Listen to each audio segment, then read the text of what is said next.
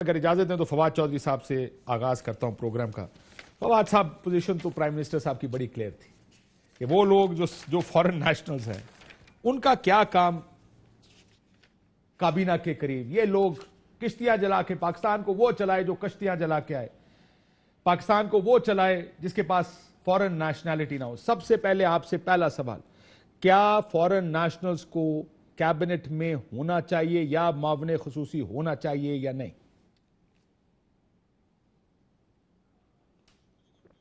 फवाद साहब, आपने mic off किया हुआ, अगर माइक ऑन कर दें तो जरा बेहतर हो जाएगा, हमें भी समझ आ जाएगा। जो आपने बड़ी तफसील से अपने इब्तदाइये में जो लीगल पोजीशन है वो उसको बता दिया है। दो हिस्से हैं, एक हिस्सा है कि आप फॉरेन नेशनल हैं और एक हिस्सा है कि आप नेशनल नहीं हैं लेकिन आपके पास रेजिडेंसी है।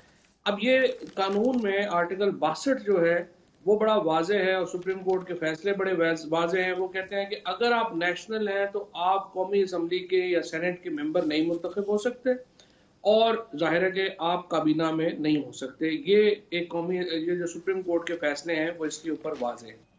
दूसरी जो हिस्सा है वो ये है कि आप special assistant to prime minister बन सकते हैं और उसमें जो है वो कदगन नहीं है, बल्कि जहां तक मैंने पढ़ा है उसमें यह भी कदगन नहीं है कि आप पाकिस्तानी सिटीजन ना भी हो तो आपको ऐसे पीएम जो है वो अपॉइंट हो सकता है।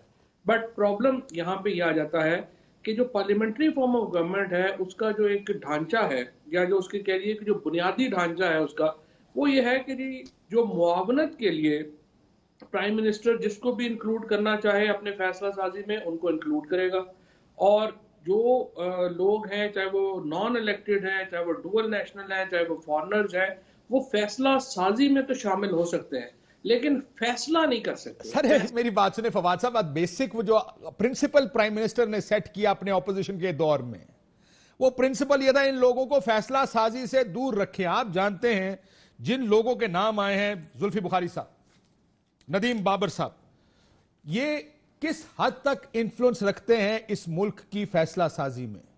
अब आप ये कह रहे हैं कि वो इंफ्लुएंस कर लें, ठीक है, उस फैसले के नीचे दस्तखत अपना ना करें। मतलब आप क्या असूली तौर पर इस चीज से एग्री कर रहे हैं कि अगर ड्यूअल नेशनल्स हैं वो अगर काबीना में आते हैं तो कोई फर्क नहीं पड़ता? क्योंकि प्राइम मिनिस्टर तो कहते ही थे अपने ऑपोजिशन के टाइम पे इनको कैबिनेट में होना ही नहीं चाहिए। नहीं, मैं एक्चुअली यही नुकता जो है इसकी तरफ ही आ रहा था कि जो पार्लियामेंट्री फॉर्म ऑफ गवर्नमेंट का जो बुनियादी असूल है वो ये है कि फैसला करने का इख्तियार आप जो है वो डुअल नेशनल्स को नहीं देंगे और वो इख्तियार जो है वो नॉन इलेक्टेड लोगों को भी नहीं देंगे, वो आप इलेक्टेड लोगों को देंगे। अब जो प्रॉब्लम यहाँ पर आती है जिसकी वजह से जो कंट्रोवर्सी जो बनी है वो ये है कि जो ऐसे पीएम्स हैं वो काबीना का हिस्सा है और डिफेक्टो हिस्सा है, जैसे कि आपने एक्सप्लेन किया।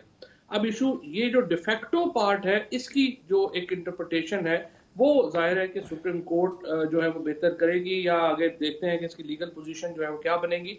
क्योंकि जुल्फी बुखारी के केस में सुप्रीम कोर्ट ने डुअल नेशनैलिटी के ऊपर उनको डिस्क्वालीफाई करने से तो इनकार कर दिया और उन्होंने कहा कि वो उनकी जो है वो रीजन नहीं है डिस्क्वालिफिकेशन की। लेकिन अब ये जो बाकी जो डुअल नेशनल्स हैं इनके ऊपर भी जाहिर है जुल्फी बुखारी साहब का केस अप्लाई होगा और उस केस में सुप्रीम कोर्ट ने कहा है कि डुअल नेशनल जो हैं उनको एंटाइटलमेंट है ऐसे पीएम बनने आप ये कह रहे हैं फवाद साहब कि आप वजीर बन के कैबिनेट में नहीं आ सकते अगर आपके पास दोहरी शहरियत है, आप एडवाइजर बन के कैबिनेट में नहीं आ सकते अगर आपके पास दोहरी शहरियत है, लेकिन हम आपको दूसरा रास्ता दिखा रहे हैं कि मामले खुसूसी बन के आप कैबिनेट में आके बिल्कुल बैठ के फैसले करें। अगर आपके पास दोहरी शहरियत है, आप अमेरिकी, बरतानवी, कनेडियन शहरी हैं, आप मामले खुसूसी बनकर आ जाए, हमें कोई फर्क नहीं पड़ता। फिर बल्कि बहुत से फैसले ऐसे भी करते हैं आप जिसमें से फॉर एग्जांपल रोजवेल्ट का फैसला था, उसमें कहा गया कि जनाब जुल्फी बुखारी साहब की मौजूदगी के बगैर मीटिंग ही नहीं हो सकती। यानी अहम तरीन फैसलों में ये आपको प्रिंसिपल सेटल करने पड़ेंगे। ये प्रिंसिपल तो सेटल आप लोग करेंगे ना when you are sitting as cabinet as national assembly. नहीं, ये बात आपकी बिल्कुल सही है। जो डिफेक्टो मैं आगे अर्ज कर रहा था कि जो डिफेक्टो मिनिस्टर बनने का जो एक इशू है वो फिर उसमें आकर के प्रॉब्लमेटिक जरूर है और उसको देखते हैं कि आगे जाके वो कैसे रिजॉल्व होता है। और आपने जो भी बात की है वो उसकी बिल्कुल मैं समझता हूँ कि उसमें सेंस है, क्योंकि आपका जो इस वक्त का जो हमारा आइन का जो ढांचा है, जो कॉन्स्टिट्यूशनल फ्रेमवर्क है, उसमें बहरहाल जो पार्लियामेंट्री फॉर्म ऑफ गवर्नमेंट का मुताबिक जो है फैसला साजी जो है वो इलेक्टेड लोग कर सकते हैं, वो नॉन इलेक्टेड लोग और जो डुअल नेशनल्स हैं उनको तो खैर बिल्कुल अलाउ चले, मैं जुबैर साहब के पास जाने से पहले आपका जाती व्यू क्या है इस पर? क्या ऐसे इसमें कानून साजी होनी चाहिए कि अगर ये देखिए मुल्क को फैसले करने पड़ते, सीधे फैसले करने पड़ते, हिंदुस्तान ने फैसला क्या किया? उन्होंने कहा ड्यूल नेशनैलिटी नहीं भाई, ये जाके फैसला करो, या तुम बाहर के शहरी हो या पाकिस्तान के शहरी हो। चलिए, आप इस जगह नहीं जाना चाहते, I can understand that, but ये फैसला इन प्रिंसिपल आपको करना पड़ेगा एज पॉलिटिशियंस, एज पार्लियामेंटेरियंस। क्या ये लोग कैबिनेट में आएंगे या नहीं आएंगे? और अगर नहीं आना तो फिर मामले खसूसी फॉरेन नेशनल्स को क्यों बनाएं? देखिए, वो तो आपने प्राइम मिनिस्टर साहब की जो सारी स्टेटमेंट्स हैं वो पहले जो आपने दिखाई हैं, obviously I feel more align to the prime minister statements. Sorry, मैं आपकी आवाज कट गई, मुझे दोबारा बताइएगा क्या कह रहे हैं फवाद साहब? मैं कह रहा हूँ आपने वज़ीर आज़म साहब की जो सारे बयानात दिखाए हैं, जाती तौर के ऊपर मैं वज़ीर आज़म साहब के उन बयानात के करीब। तो आप ये कहते हैं कि जो लोग फॉरेन नेशनल्स हैं उनको किसी चीज के करीब करीब नहीं आना चाहिए? नहीं, करीब करीब आने में इशू नहीं है, बेसिकली एक्सपर्ट ओपिनियन लेने में तो कोई हर्ज नहीं है।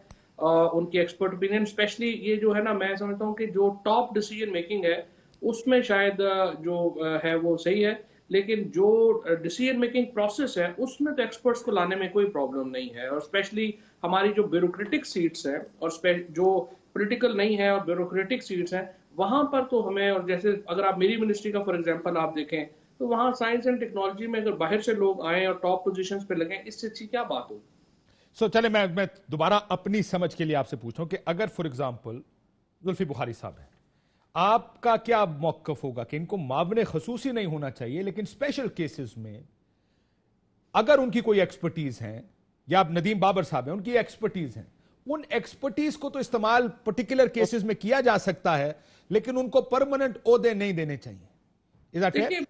परमानेंट ओहदे उनके लिए जो हैं वो बने हुए हैं, और वो परमानेंट ओहदे भी कभी प्रॉब्लम नहीं है। और फ्रेंकली उनकी जो ओपिनियन है फॉर एग्जांपल नदीम बाबर जितना पावर को समझते हैं, बहुत कम लोग उतना एनर्जी को समझते हैं जितना नदीम बाबर साहब समझते हैं, या कासिम समझते हैं, और जितना ये जो अपने बाकी जिस तरह जुल्फी है जो उन्होंने उनकी जो ओपिनियंस है वो ये समझते हैं। लेकिन अभी भी जो नेटवर्क है या जो सेटअप है उसमें वो लोग एडवाइस ही करते हैं। जिस तरह नदीम बाबर साहब ने प्रेस कॉन्फ्रेंस में भी कहा कि मैं तो एडवाइस ही करता हूँ, आगे तो मर्जी है काबीना की वो माने या ना माने। हाँ, अलबत्ता ये है कि उनकी मुस्तकिल कैबिनेट के अंदर जो प्रेजेंस है या जो उनके तासुर बन जाता है कि वो डिफेक्टो मिनिस्टर है, वो शायद उसके ऊपर ऑब्जेक्शन हो सके। तासुर नहीं है फवाद साहब, आप भी जानते हैं, मैं भी जानता हूं, ये डिफैक्टो पोजीशन ये है कि यदि कुछ नहीं कर सकते, मासूम से लोग हैं, वो तो सिग्नेचर करने का तो इख्तियार ही नहीं बेचारों के पास, ये है डिफैक्टो पोजीशन। असल पोजीशन ये है कि उनके पास बहुत इख्तियार है, पहली चीज। सो ये मेरा ख्याल है मिसलीडिंग होगा कहना कि हम ये कहें कि जनाब उनके पास इख्तियार नहीं है। दूसरा, क्या आपके ख्याल में इन लोगों को कैबिनेट में आना चाहिए, स्पेशल केसेस में आना चाहिए, या बिल्कुल नहीं आना चाहिए? देखिए, फॉर एग्जांपल जैसे मोहित यूसुफ है, मोहित यूसुफ जो है वो काबीना में अगर उनका एजेंडा नहीं होता तो वो नहीं आते हैं, और हालांकि वो रेजिडेंट है, लेकिन कुछ लोग हैं जो मुस्तकिल जो है वो भी आते हैं। लेकिन इसमें जो असल जो इशू वही है कि जो डिफेक्टो पोजीशन है मिनिस्टर की, क्या वो ऐसे पीएम होल्ड कर सकता है या नहीं होल्ड कर सकता, बाकी उनकी अपॉइंटमेंट में कोई लीगल एज नहीं।